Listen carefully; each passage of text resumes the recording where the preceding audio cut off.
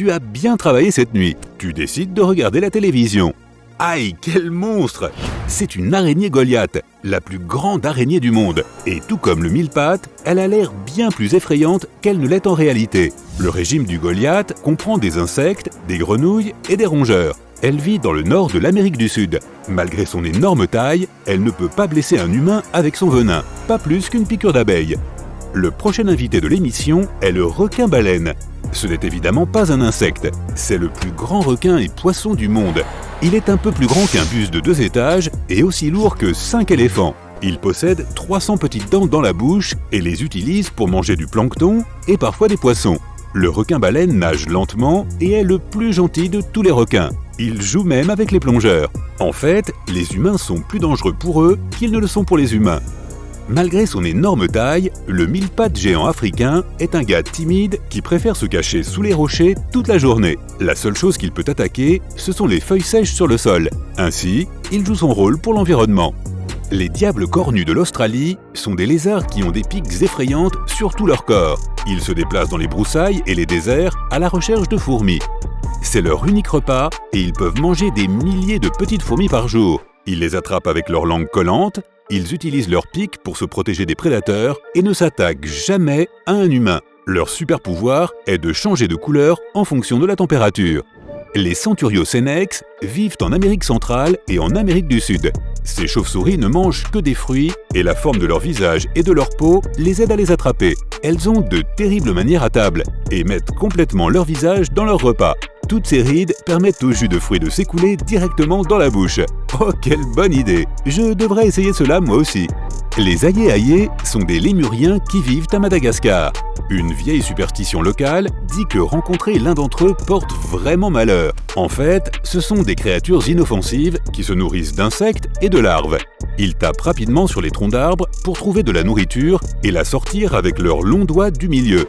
Les ayés préfèrent rester sur les arbres et se posent à peine sur le sol, de sorte qu'il est peu probable que tu en vois un de toute façon. Si jamais tu vas au Népal ou en Inde et que tu tombes sur un crocodile avec un nez long et étroit, ne panique pas, c'est un gavial. Les crocodiles sont leurs parents les plus proches, mais les gavials n'en sont pas réellement. Ils constituent une espèce unique. Leur nez bizarre est parfaitement adapté pour attraper des poissons. C'est leur nourriture préférée. Ces animaux sont des parents aimants et attentionnés et sont des créatures super timides. Ils se cachent des humains et ne les attaquent jamais. Les serpents laitiers de l'Est ressemblent énormément aux serpents corail, mais contrairement à cette créature très venimeuse, ils sont totalement inoffensifs. La nature leur a donné des anneaux de couleur vive pour tromper les potentiels prédateurs et leur faire croire que ce sont des serpents corail.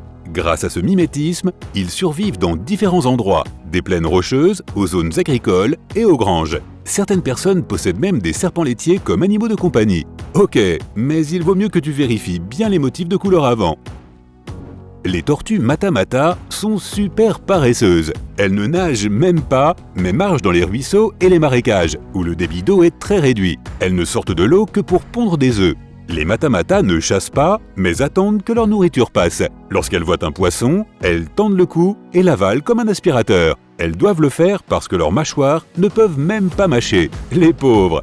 La diacrisie de Virginie a aussi peur de toi que toi d'elle et essaie d'éviter le contact à tout prix. Leurs nourritures préférées sont les feuilles, bouleaux, saules, érables, noix, choux, etc. Elles mâchent les parties charnues et laissent le squelette de la feuille derrière elles. Si tu les embêtes vraiment, elles essaieront de se protéger. Mais la marque la plus grave qu'elles peuvent infliger est une légère irritation de la peau. Si tu les embêtes vraiment, elles se serviront d'un nunchaku. Aïe! Mais non, je plaisante. Les vautours ont un bec et des serres tranchants et une réputation de méchants. Mais en fait, ils ne blesseront jamais un être vivant. Leur préférence culinaire se porte sur les carcasses d'animaux. Miam! De cette façon, ils font du monde un endroit plus propre et plus sain, en contrôlant les cadavres, quoi. Contrairement à la plupart des oiseaux qui ont une vision à 360 degrés, les vautours ne se concentrent que sur ce qui se passe en dessous d'eux avec leur vision à 60 degrés. Les isopodes géants sont de proches parents des crevettes et des crabes qui vivent dans les profondeurs de la mer. Leur corps ressemble à celui d'un extraterrestre avec des dizaines de griffes aiguisées sur le ventre et 4 jeux de mâchoires pour chasser. Mais ils n'ont pas toujours de nourriture autour d'eux. C'est pourquoi ils ralentissent leur métabolisme pour économiser de l'énergie et vivent constamment en semi-hibernation. Lorsqu'ils sont en danger, les isopodes géants se recroquevillent en une petite boule et se cachent pour que personne ne puisse les trouver.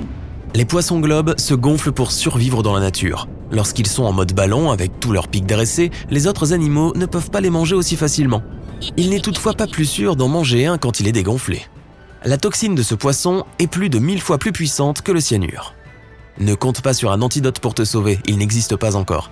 Bon, ok, c'est noté. On va éviter celui-là. Une pieuvre à anneau bleu n'est pas plus grosse qu'un œuf de poule, mais elle représente un grave danger pour tout être vivant qu'elle croise. Ses piqûres sont étonnamment indolores, si bien qu'elle peut même passer inaperçue au début. Même si le venin contient une hormone du bonheur, la dopamine, il te rendra tout sauf joyeux. Une insuffisance respiratoire peut survenir en 10 minutes. Autre problème, il n'y a pas d'antidote. La méduse Irukandji est peut-être minuscule, moins de 2,54 cm, mais même les analgésiques les plus puissants du monde ne pourront pas t'aider si on te pique. Les symptômes peuvent prendre jusqu'à 1 heure pour se manifester complètement et ils comprennent de graves douleurs musculaires, des nausées et des problèmes respiratoires. Son venin est près de 100 fois plus puissant que celui d'un cobra. Et bien sûr, pas encore d'antivenin pour celui-ci non plus. Mais la méduse boîte a le venin le plus puissant du monde. La créature est assez grande, mais les gens ne la remarquent pas forcément car elle est transparente. La méduse s'accroche à sa proie avec tous ses tentacules toxiques. Le poison suffit pour 60 personnes adultes. Alors invite tous tes potes. Peu de gens peuvent se vanter d'avoir survécu à un rendez-vous avec cette méduse.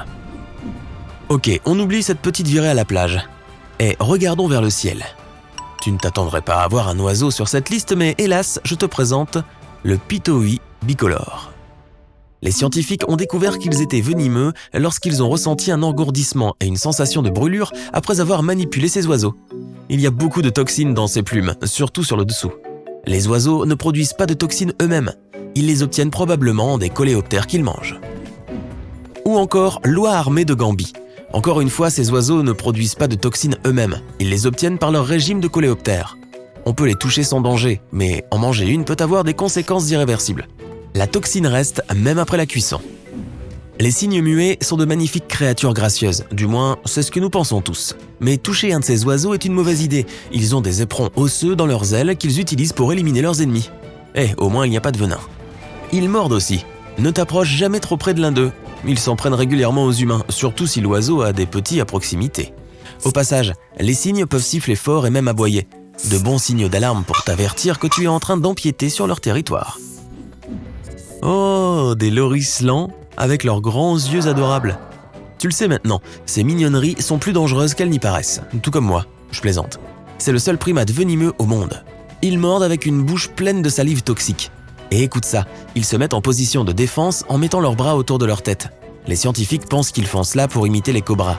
Pour nous les humains, leur position de défense ressemble à celle d'une petite créature timide qui essaie de cacher son visage. En réalité, elle t'avertit qu'une morsure est imminente. L'ornithorynque à bec de canard pond des œufs, ce qui est assez rare chez les mammifères. Ils possèdent également des glandes à venin, ce qui est encore plus rare. Leur toxine est délivrée par de petits dards en forme d'éperons situés sur les talons de leurs pattes arrière. Le venin est inoffensif pour l'homme, mais un dard est douloureux et gonfle souvent sur place. Étonnamment, la Blarina carolinensis a aussi un certain venin. Il n'est pas assez puissant pour blesser sérieusement un humain, mais il est sûr de causer des problèmes musculaires et des gonflements. Une seule morsure contient suffisamment de venin pour tuer 200 souris et peut même être nocive pour les chats. Elles injectent le venin paralysant avec leurs dents. Les ratons laveurs n'ont peut-être pas de venin comme d'autres sur cette liste, mais ils sont porteurs d'une chose qui peut être encore plus dangereuse, la maladie. Les déchets font partie de leur alimentation, il vaut donc mieux éviter de les toucher. Bien qu'ils soient généralement timides et qu'ils se retirent lorsque des gens viennent à proximité, ce sont notoirement leurs morsures et leurs griffures qui peuvent te rendre malade. Le poisson-chat a l'air maladroit et inoffensif, mais les épines de ses nageoires dorsales et pectorales contiennent du venin. Lorsqu'il pénètre dans la peau, une piqûre douloureuse soit dit en passant, le poison provoque un gonflement intense qui peut même entraîner une perte de tissu. Les scientifiques pensent qu'il existe plus de 1600 espèces de poissons-chats venimeux. Miaou. Les belles couleurs vives d'une grenouille dendrobate servent d'avertissement. Ne pas toucher. Une grenouille a assez de poison pour 20 000 souris. Une autre raison de se réjouir de ne pas être une souris. Elles aspirent les termites et les grillons avec une longue langue gluante. Elles aiment aussi les petits coléoptères et les scientifiques pensent que c'est le régime alimentaire des coléoptères qui fait de ces grenouilles l'un des animaux les plus toxiques de la planète. Les dragons de Komodo sont les plus grands lézards du monde, mais ils n'ont pas que la taille à leur avantage. Leur salive est toxique et peut provoquer des infections. Ils la délivrent grâce à leurs dents affûtées comme des rasoirs. Ils n'attaquent pas très souvent les humains, mais il y a eu quelques cas graves.